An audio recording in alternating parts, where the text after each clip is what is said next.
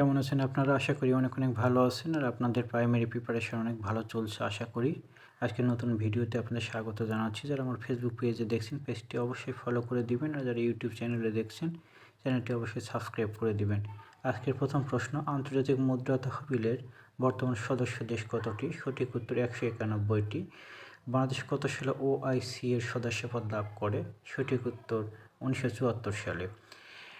নিম্নোক্ত কোন দেশটি ফাইভ আইস ভুক্ত নয়? সঠিক উত্তর ফ্রান্স। এরপর কোন দেশটি ওপেকের সদস্য নয়? সঠিক উত্তর বাংলাদেশ। বাংলাদেশ কবে নিউ ডেভেলপমেন্ট ব্যাংকের সদস্যপদ লাভ করে? 2021 সালে। আন্তর্জাতিক অপরাধ আদালতের 125তম দেশ কোনটি? সঠিক উত্তর ইউক্রেন। কোন চুক্তির মাধ্যমে ইউরোপীয় ইউনিয়ন গঠিত হয়? খুব ইম্পর্টেন্ট প্রশ্ন। মাস্ট্রিক্ট চুক্তির মাধ্যমে।